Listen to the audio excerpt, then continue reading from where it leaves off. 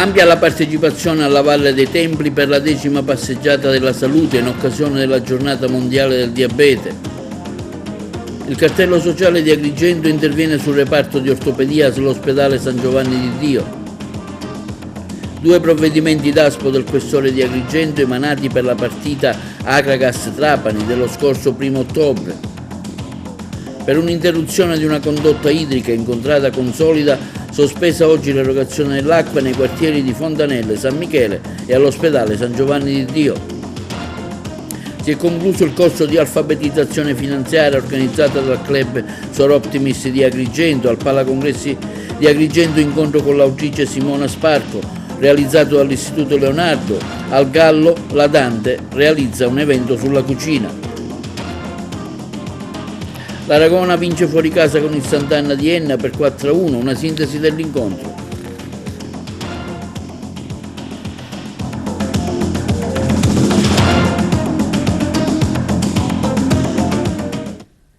Benvenuti con il telegiornale di TV Notizie. Un'ampia partecipazione di pubblico, oltre 1000 studenti hanno visto oggi essere presenti alla 10ª edizione della passeggiata della salute alla Valle dei Templi in concomitanza con la giornata mondiale del diabete. Noi eravamo sul posto.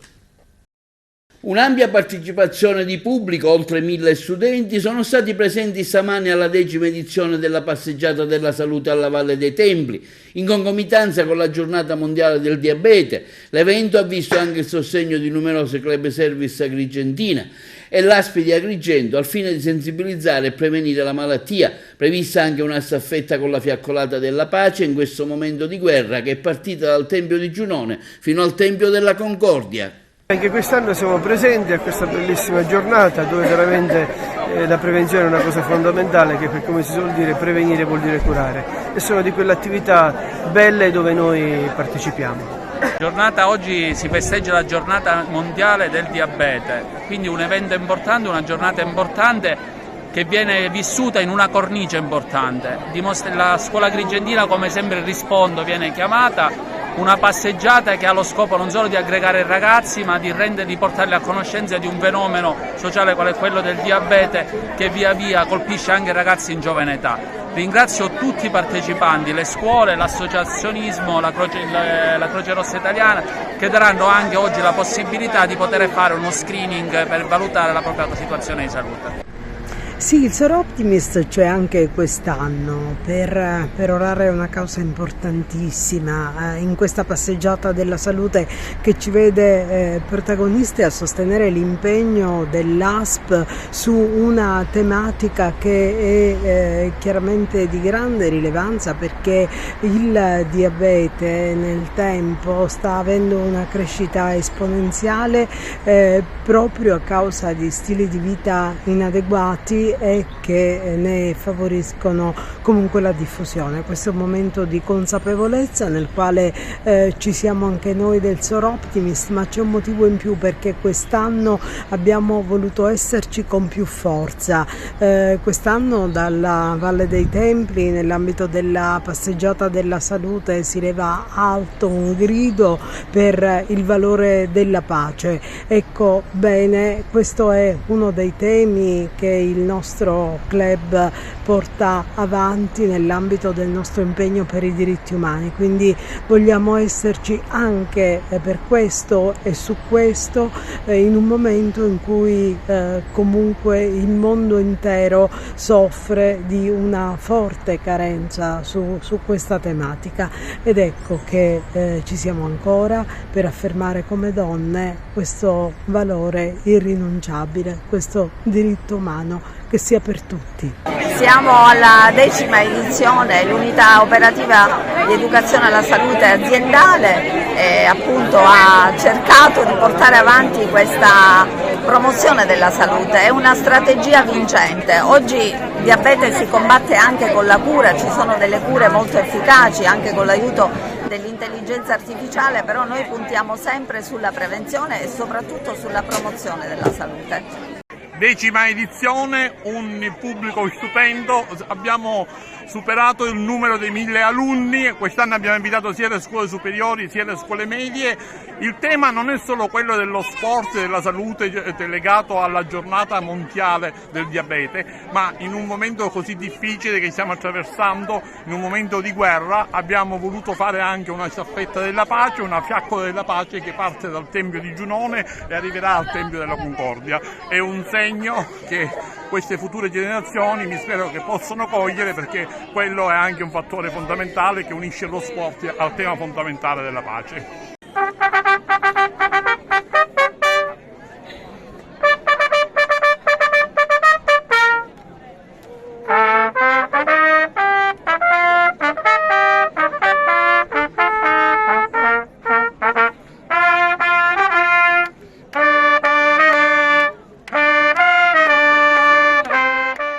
Vediamo ora un servizio sulla malattia del diabete e sui danni che può procurare, curato da Margherita Trupiano.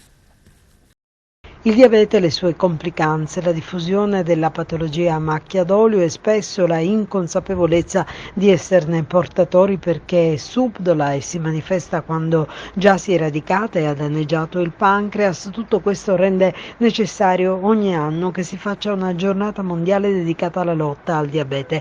La data risponde non a caso a quella di nascita del professor Banting che assieme al suo allievo Best isolò l'insulina nel 1921, cambiando così la storia dei malati di diabete mellito e permettendone la sopravvivenza. Purtroppo è un'emergenza che complici stili di vita non idonei a contrastarlo e assunzione di cibi poco sani sta avendo una crescita esponenziale e non risparmia nessuna fascia di età. Molto colpiti sono i giovani e i bambini.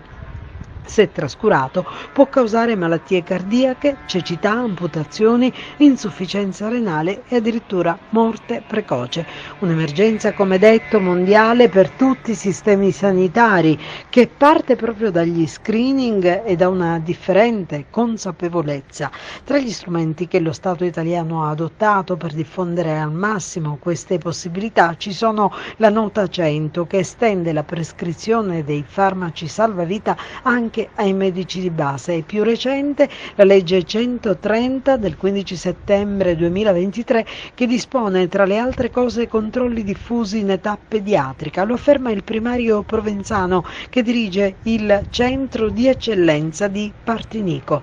La legge, dice, è stata promulgata ed è stata messa in gazzetta, è stata finanziata, però di fatto nessuna scuola d'Italia si è mossa per attivare la prevenzione e quindi insieme ai responsabili territoriali di Sindo abbiamo la mission di sensibilizzare affinché venga applicata e si facciano degli incontri necessari con il provveditorato e gli assessorati all'istruzione.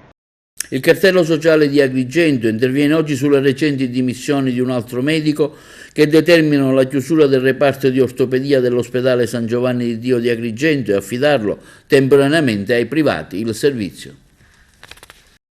Il cartello sociale di Agrigento interviene sulle vicende sanitarie a seguito delle dimissioni di un altro medico che determinano la chiusura del reparto di ortopedia dell'ospedale San Giovanni di Dio. L'ASP di Agrigento, facendo ricorso a un'interpretazione dell'assessorato regionale alla salute, trova una soluzione tampone che desta non poche perplessità.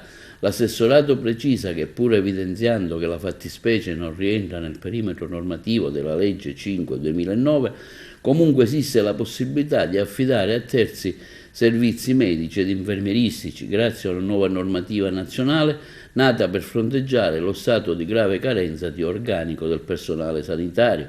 Grazie a questa interpretazione, afferma il cartello sociale di Agrigento, l'ASP si è presta ad affidare al privato il servizio, sia pure per un mese, un precedente che apre la strada al ricorso ai privati, che si iscrive nella strategia non tanto sottesa che da tempo fa capolino nelle istituzioni governative.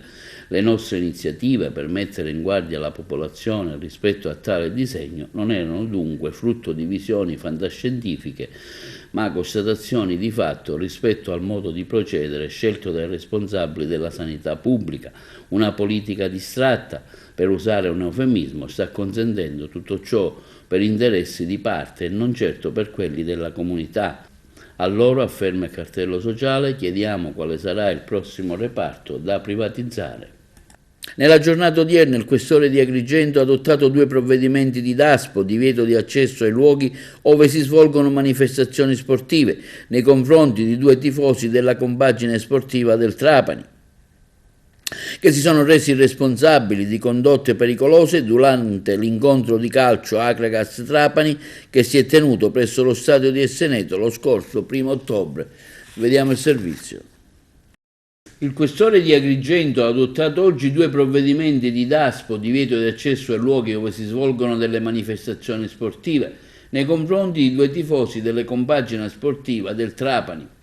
Un uomo, classe 2002, e una donna del 91, entrambi residenti a Erice, che con le condotte gravemente antisportive, meglio di seguito narrate, hanno rappresentato un concreto pericolo per l'ordine e la sicurezza pubblica.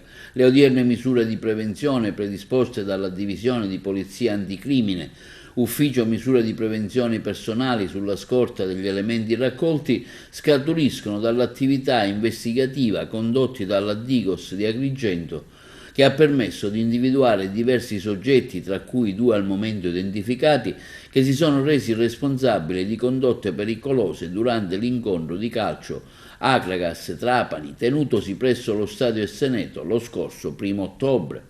In particolare, il primo dei 2 soggetti, durante lo svolgimento della partita, dapprima accendeva un fumogeno e poi lanciava un petardo verso il rettangolo di gioco, rischiando di colpire gli steward, il personale di polizia operante a bordo campo.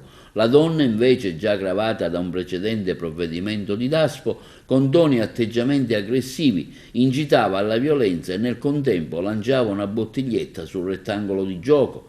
I sopradetti soggetti, individuati grazie alle meticolose attività investigative della Digos con l'ausilio delle immagini del personale della polizia scientifica che era presente allo stadio al termine delle indagini, venivano deferiti all'autorità giudiziaria per il reato di lancio di materiale pericoloso durante una manifestazione sportiva. Con i provvedimenti sottoposti la misura di prevenzione sarà inibito l'accesso alle manifestazioni sportive rispettivamente per 4 anni per l'uomo. Per la donna già recidiva il divieto avrà una durata di anni 6. Inoltre quest'ultima, il GIP presso il Tribunale di Agrigento, sarà chiamata a convalidare la prescrizione dell'obbligo di presentazione alla Polizia Giudiziaria durante lo svolgimento delle partite della compagine sportiva del Trapani Calcio. I provvedimenti sono stati redatti dalla Divisione Anticrimine, Ufficio Misure di Prevenzione Personali della Questura di Agrigento. Sono in corso altresì, afferma il comunicato stampa della Questura, ulteriori attività finalizzate alla identificazione di altri tifosi della compagine sportiva trapanese che si sono resi responsabili di analoghe condotte gravemente antisportive. I finanzieri del Comando Provinciale di Palermo hanno sequestrato 1,2 tonnellate di tabacchi lavorati esteri, rinvenuti all'interno di un furgone sottoposto a controllo a Palermo, marca Chesterfield, grazie anche al fiuto del cane anticontrabando Arca.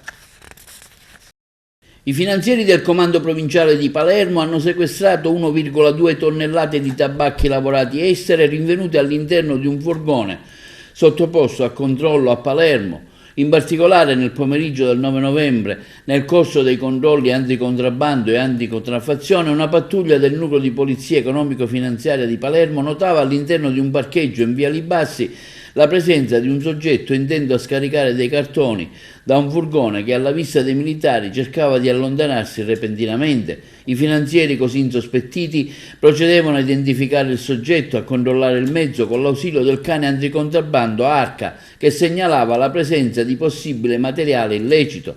Le sigarette, per un peso complessivo di 1200 kg, venivano prontamente sottoposte a sequestro, imponendole l'immissione nel mercato nero della città, che avrebbe fruttato al dettaglio ricavi per circa 200.000 euro. Le sigarette erano di marca Chesterfield. Il soggetto, di nazionalità italiana, è stato tratto in arresto in flagranza di reato per il delitto di contrabbando, posto in custodia cautelare domiciliare a disposizione dell'autorità giudiziaria di Palermo. L'arresto è stato convalidato dal Tribunale di Palermo Prosegue senza sosta l'attività della Guardia di Finanza a contrasto dei traffici illeciti per la tutela della sicurezza economico-finanziaria dei cittadini, della concorrenza, mantenendo costantemente alta la guardia rispetto alle condotte delittuose utilizzate per finanziare le associazioni criminali locali. Si evidenzia che il provvedimento in parola è stato emesso sulla scorta degli elementi probatori acquisiti in fase di indagine preliminare, pertanto in attesa di giudizio definitivo sussiste la presunzione di innocenza. E una unità cinofila incastra un uomo per trasporto di droga. Vediamo il servizio.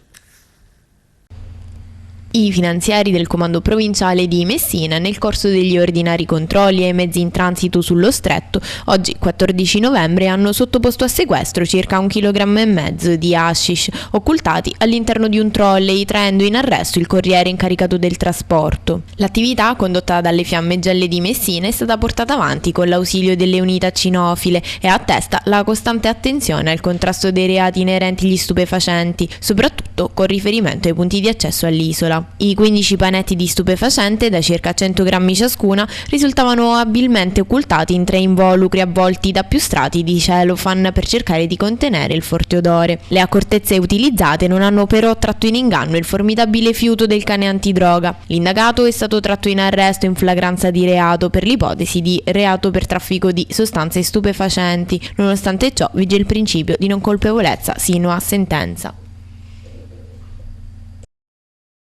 Si è concluso ieri il corso di alfabetizzazione finanziaria organizzato dal Soroptimist Club di Agrigento, destinato ai più fragili.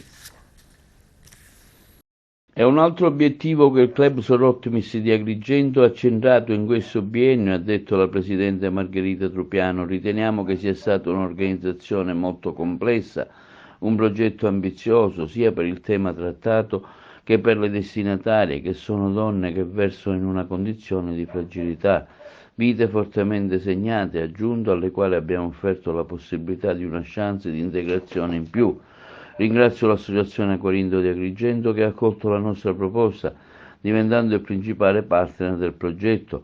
Ha illustrato così la Presidente del Soroptimist di Agrigento, giornalista Margherita Trupiano, la conclusione del progetto di educazione finanziaria Laura Zuccarino, che si è svolto ieri alla presenza del Presidente Nazionale Comitato Estensione Jana Simpanen. L'articolazione dello stesso è stata concepita attraverso relazioni di esperti in materia che hanno formato un ricco numero di donne migranti, che hanno mostrato interesse e attenzione verso le relazioni di Linda Di Spinzeri, socia del club e già direttrice della Banca d'Italia, Elena Capodici dell'associazione Adi Consum. L'acquisizione dei contenuti è avvenuta anche con il supporto di un interprete che ha tradotto nella loro lingua l'alfabetizzazione di base che sul tema è stata erogata. Al termine alle corsiste è stato rilasciato un attestato di frequenza. Oggi il Soroptimist porta a compimento un progetto nazionale avviato che è quello di educazione finanziaria per le donne fragili. Oggi formeremo delle donne migranti, lo faremo con del personale che è stato formato dal nostro club, in particolare la nostra socia, la dottoressa Linda Di Spinzeri, già direttrice di Banca Italia, e Ilenia Capodici di Adi Consum. Rilasceremo degli attestati a queste donne in maniera tale da renderle più consapevoli della necessità di capire i meccanismi per i quali poter operare nel rapporto con una banca e quali sono gli strumenti necessari. È un progetto molto importante, fa parte dei capisaldi del Soroptimist International d'Italia. È nata nel biennio 2019-2021 con la forte volontà della Presidente nazionale di quel periodo, Marilina Coppola, che ha voluto che si creasse un progetto proprio secondo la visione del Soroptimist in promozione dei diritti delle donne, anche di occuparsi della propria condizione economica, a partire dalle donne fragili, ma anche da noi stesse, anche dalle giovani generazioni. quindi andare presso le scuole, andare dalle donne che hanno bisogno di sapere come fare concretamente, come occuparsi della propria condizione economica. Ed ecco che nasce il progetto l'educazione finanziaria che è stato creato, come ho detto, progettato per noi e che oggi porta il nome di Laura Zuccarino, una nostra compianta socia, direttrice della Banca d'Italia, che ha potuto dare insieme alle socie un taglio tutto nostro a questo progetto. Quindi è importante che il nostro club lo porti qui nella nostra realtà, perché è così che funziona il Soroptimi. Si crea un progetto, si vede dove c'è un gap, dove c'è un vuoto da colmare e noi poi subito interveniamo, però a modo nostro. E i club che adesso ci sono, più di 170 club sul territorio italiano, chiaramente sono le fortezze dalle quali parte poi l'azione, e quindi un plauso a noi, al club di Agrigento, che si è inserita tra quei club che hanno portato avanti questo progetto. Oggi conoscere l'utilizzo ovviamente delle carte di pagamento è importante, perché ci dà la possibilità di un uso consapevole dei nostri soldi. Ovviamente la possibilità dell'utilizzo delle carte di pagamento pone una serie di problemi, come ad esempio le frodi, e purtroppo riceviamo tantissime telefonate, tantissimi utenti che sono caduti in frode informatica, proprio perché se da un lato una carta di pagamento è un mezzo immediato e diretto per pagare, per soddisfare le nostre esigenze senza utilizzare la moneta, dall'altro però espone i nostri dati sensibili a società terze che non sempre ne fanno un uso consapevole. Quindi i consigli sono sempre quelli di andare nei siti, ad esempio per gli acquisti online, che siano protetti, cioè quel famoso lucchetto che ci dà le indicazioni se quella pagina è sicura o meno. Quindi stiamo attenti, e soprattutto quando riceviamo le email, quando di confermare i dati da parte della banca o da parte della posta, diffidiamo, perché sia Poste Italiane che le banche, come gli istituti di credito in genere, non chiedono mai informazioni o conferma dati né tramite mail, né tramite messaggi, né tramite conferma di link. È un corso questo indirizzato a donne in condizione di fragilità. Ecco, come vedete questa specificità del corso. A maggior ragione ci sono delle fasce che vanno maggiormente tutelate, offrendo non solo gli strumenti per la difesa, ma anche una maggiore informazione.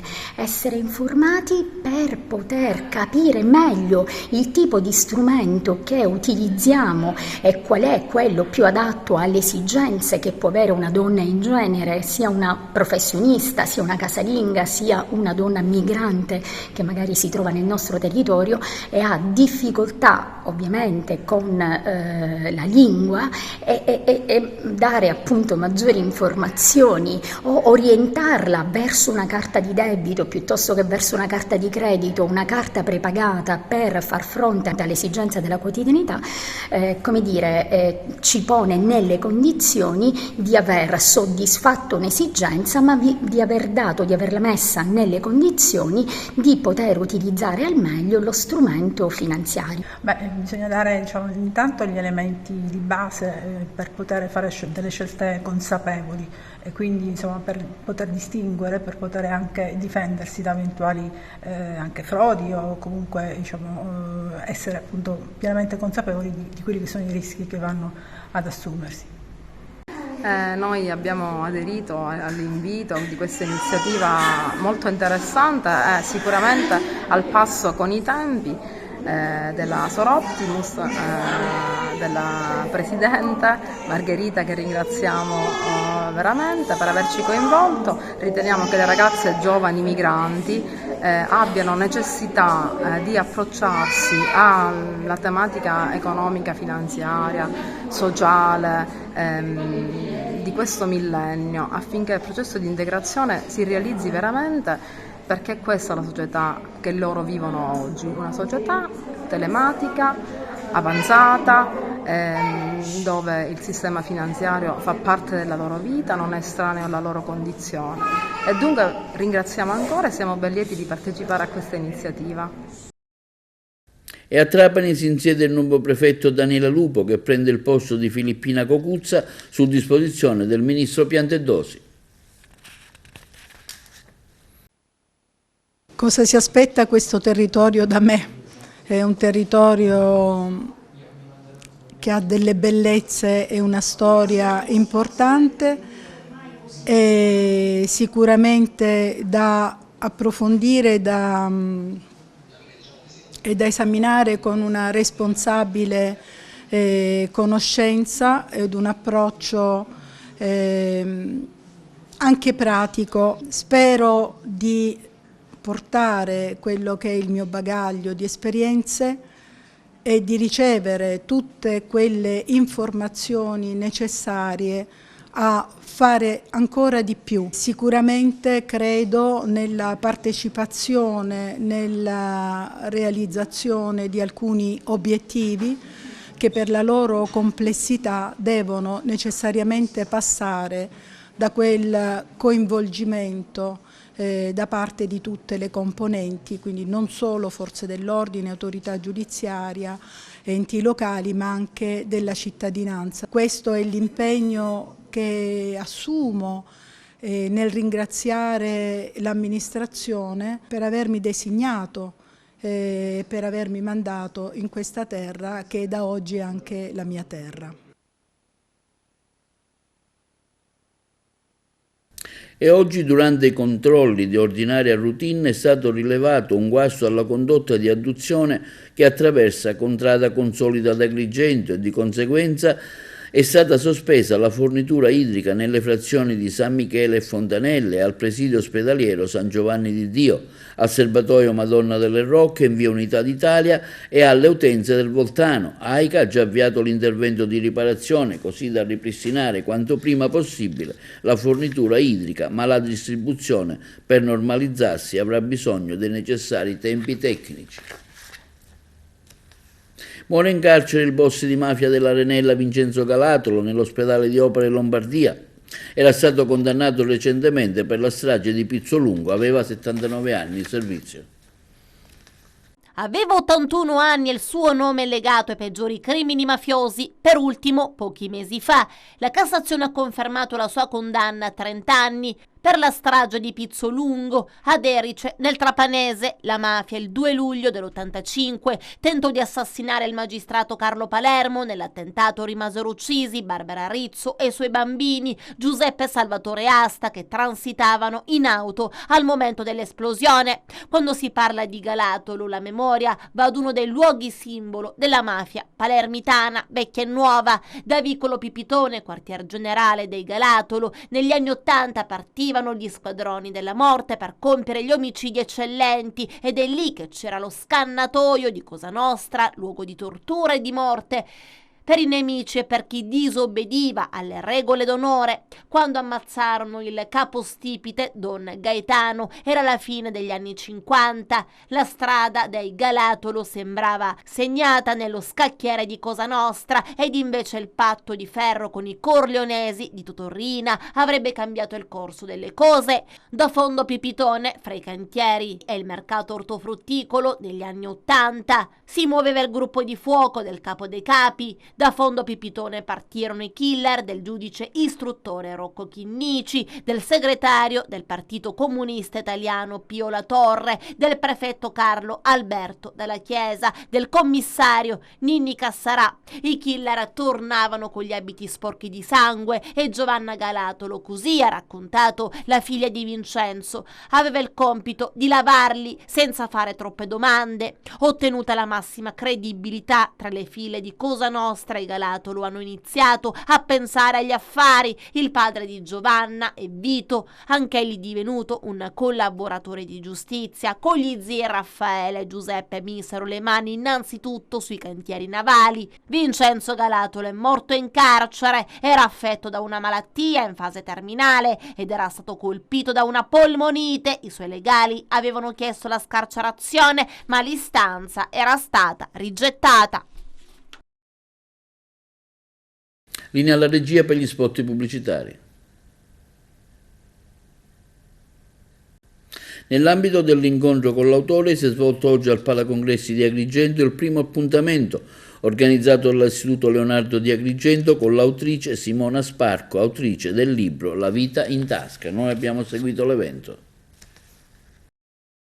Sparaco, organizzata dal liceo Leonardo qui al Palacongressi, un evento sicuramente importante considerando anche l'affluenza dei ragazzi che hanno voluto assistere all'evento. Sì, diciamo che per il nostro liceo è l'inaugurazione della stagione degli incontri con l'autore, una stagione alla quale noi teniamo tantissimo perché il percorso progettuale che vede i ragazzi incontrare autori spesso di un certo spessore, ecco, diventa per loro occasione di formazione a 360 gradi. Oggi incontriamo Simona Sparaco che parla direttamente attraverso questo libro direttamente agli adolescenti, quindi quale miglior target se non quello di una scuola come la nostra in cui i ragazzi vengono anche impegnati a riflettere su storie di un certo tipo. Sono le storie narrate in questo libro di due ragazzi adolescenti che hanno due percorsi di vita diversi e io credo che molti dei nostri ragazzi nella lettura di questo testo si siano ritrovati nelle vicende di questi ragazzi, perché narra di un progetto di vita di entrambi, sebbene diciamo sotto due facce diverse, narra di nostalgia, narra di solitudine, narra di viaggi, in un caso un viaggio reale, nell'altro un viaggio virtuale, ma pur sempre un viaggio che in fondo è il viaggio della vita che caratterizza poi il progetto di ciascuno di noi. I protagonisti della vita in tasca sono due ragazzi di 14 anni, quindi stanno per fare il salto dall'adolescenza all'età adulta e anche a livello scolastico stanno per finire la terza media e quindi devono passare al liceo, ma sono due ragazzi molto diversi perché vengono da due mondi completamente diversi.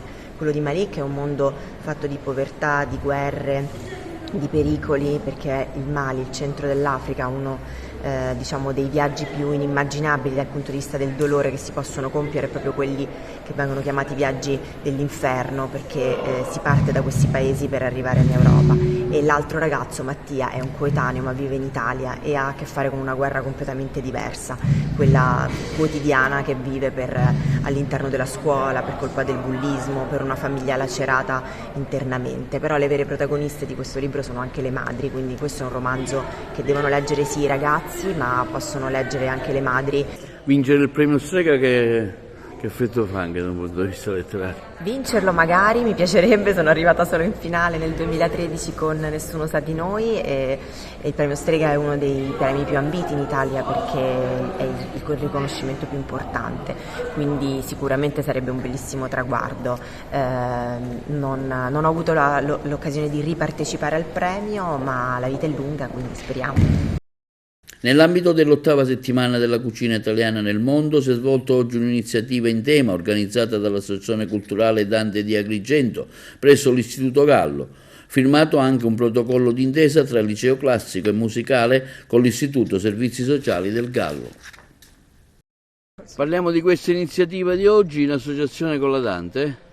Sì, è un'iniziativa che si inserisce nella settimana della cultura gastronomica della Dante Alighieri a livello nazionale, ma noi la vogliamo celebrare a livello locale, a livello della nostra scuola che ha un indirizzo enogastronomico, perché capiamo l'importanza che ha la cucina come non solo nei nostri corretti stili di vita, quindi per assicurare il benessere quotidiano, ma anche per gli aspetti culturali che ha, per il fatto di essere tipica, incardinata nel territorio, quindi diventa tradizione, diventa veramente una forma di cultura e di recupero del passato che non va perduto. Quindi questo duplice aspetto è importantissimo e permette di far comprendere ai ragazzi che assumere corretti stili alimentari e soprattutto nella nostra scuola studiare queste e applicarsi nell'acquisizione di queste competenze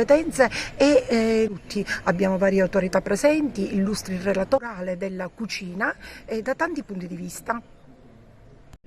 Parliamo di questa iniziativa che oggi la Dante sta organizzando presso l'Istituto Gallo. Sì, in sostanza questa settimana è dedicata alla cucina italiana nel mondo, è l'8ª edizione e abbiamo pensato congiuntamente con l'Istituto Niccolò Gallo di svolgere questo incontro che prevede delle relazioni sulla tematica benessere e alimentazione, e approfittiamo pure oggi per consegnare dei riconoscimenti alle scuole che hanno trattato la tematica del dialogo come garanzia di pace, che hanno inviato la loro adesione a questa proposta della Dante. Evidentemente parlare di dialogo in tutti i contesti è una cosa importante, perché agevola moltissimo la vita anche nel quotidiano.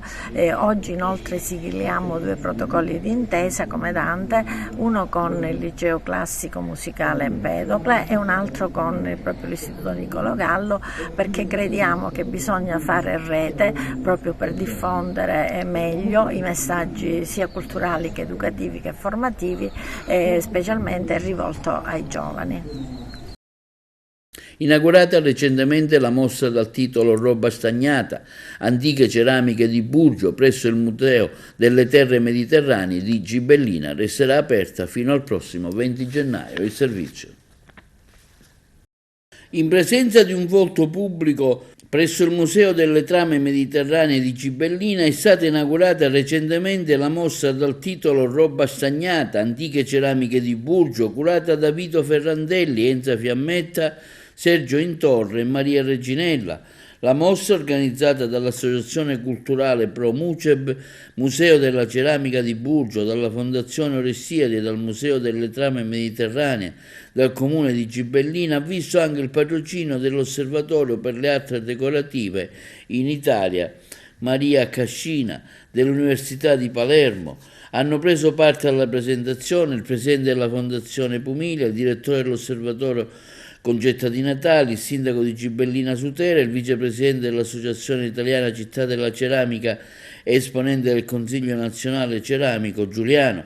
Il Museo delle Trame Mediterranee è stato istituito nel 1996 dal senatore Ludovico Corrao e fa parte della Fondazione delle Orestiadi di Gibellina ed esprime attraverso le collezioni esposte la molteplicità dei linguaggi artistici che rappresentano degnamente la complessa storia culturale del Mare Nostrum, contesto di riferimento delle opere esposte. Alla fine del XVI secolo un gruppo di ceramisti appartenenti alle più importanti botteghe di Caltagirone si trasferì a Burgio, influenzando in maniera profonda la produzione dei ceramisti locali. Si tratta di vasi, alberelli, bottiglie, cilindri, piatti, ciotole di varie dimensioni con decorazioni floreali prodotte in età moderna, allestiti da Enzo Fiammetta nelle teche del prestigioso Museo Belicino, che offrono ai visitatori un excursus completo sullo sviluppo dell'antica tradizione della ceramica delle botteghe burgitane. La mostra sarà visitabile fino al 20 gennaio del 2024. Roba stagnata è il titolo della mostra che oggi abbiamo inaugurato nel Museo delle Trame Mediterranee di Gibellina, dove un cospicuo nucleo di antiche ceramiche di Burgio avrà la possibilità di dialogare con la moltitudine di linguaggi espressivi artistici presenti nel prestigioso Museo Belicino. In questo modo il Museo della Ceramica di Burgio supera i confini delle proprie mura e incontra, si confronta e dialoga con altre importanti realtà museali nazionali e internazionali. Passiamo alle notizie sportive, vediamo una sintesi della partita di calcio tra il Sant'Anna di Enna e l'Aragona, campionato prima categoria, 8ª giornata, girone F, che si è terminata per 4-1 per la squadra aragonese, disputata a Pergusa. Il servizio è dei Wii Sport. Classifica interlocutoria, quella del Sant'Anna Enna che allo stadio Greca di Pergusa riceve l'Aragona in vetta, al girone insieme a Niscemi e Serra di Falco. I rossoblù, che fin qui hanno ottenuto 8 punti con una vittoria, si avvicinerebbero alla zona playoff, ma un risultato negativo caccerebbe i ragazzi di Mister Orlando nelle retrovie del campionato di prima categoria. Scorgiamo l'11ennese che schiera Patri Nicola in porta, Bonanno, Dottore, Legnano, Imbrosiano, Di Stefano, Polito, Francesco Riccobene, Simone Riccobene, Richiusa e Menzo. a disposizione Matraxia, Maesano, Frazzetto, Agozzino, Campione, Guagenti e Tricarichi. Arbitra la partita del signor Sandro Antonio Arena, sezione di Catania. Inizia il film del primo tempo al terzo, occasione Aragona dalla distanza, Iatta termina sul fondo la sua chance al 17esimo, palla in profondità di Polito per Riccobene che calcia e manda in rete e il gol che vale l'1-0. Il Sant'Anna sblocca così il risultato. L'Aragona prova a reagire al minuto 21, c'è un calcio di punizione, Iatta la batte e serve così Biancola, destro potente, pallone alto oltre la traversa al 39esimo, la punizione ce l'ha invece il Sant'Anna con Polito, respinta dai pugni dell'estremo difensore. L'Aragona chiude in avanti la prima frazione, Biancola per Bellomo, atterrato così da richiusa, secondo il direttore di gara vale un calcio di rigore. Zammitto dal dischetto non sbaglia, gonfia l'incrocio a incrociare e il gol che vale l'1-1. Ancora al 47esimo Zammitto che va a vincere un rimpallo, prova ancora una conclusione, una sassata imparabile il portiere, resta a guardare, doppietta di Zammitto nel giro di 2 minuti e l'Aragona è avanti, ha ribaltato il Sant'Anna Enna. Inizia la ripresa, subito l'Aragona, Zammitto respinge Padre Nicola sulla sfera, ancora Zammitto la mette dentro su Bellomo di testa, mette sul fondo, doppia espulsione. Quando siamo al 58esimo entrambe le formazioni infatti restano in 10 uomini. Il Sant'Anna prova a riaprire la partita, Polito da sinistra sempre molto sgusciante la mette dentro, non riesce Di Stefano da buona posizione a battere Palumbo, poi la punizione di Riccobene al 70esimo trova lo stesso Palumbo bravo a volare e a sventarla in calcio d'angolo. Al minuto 70 però Zammitto in azione personale prende l'area di rigore, cerca un mancino in 2 tempi, Padre Nicola 81esimo, Zammitto parte a destra, riesce a passare sul primo avversario, ancora Zammitto se la porta sul mancino e poi con la puntina sul primo palo dove non c'è nemmeno lo spazio riesce a trovarlo, fa 3-1 e fa tripletta, ma la sua giornata di grazia si conclude al minuto 83. La ripartenza dell'Aragona trova Iatta, trova lo stesso Zammitto che fa poker personale e cala il gol del definitivo 4-1. Finisce così infatti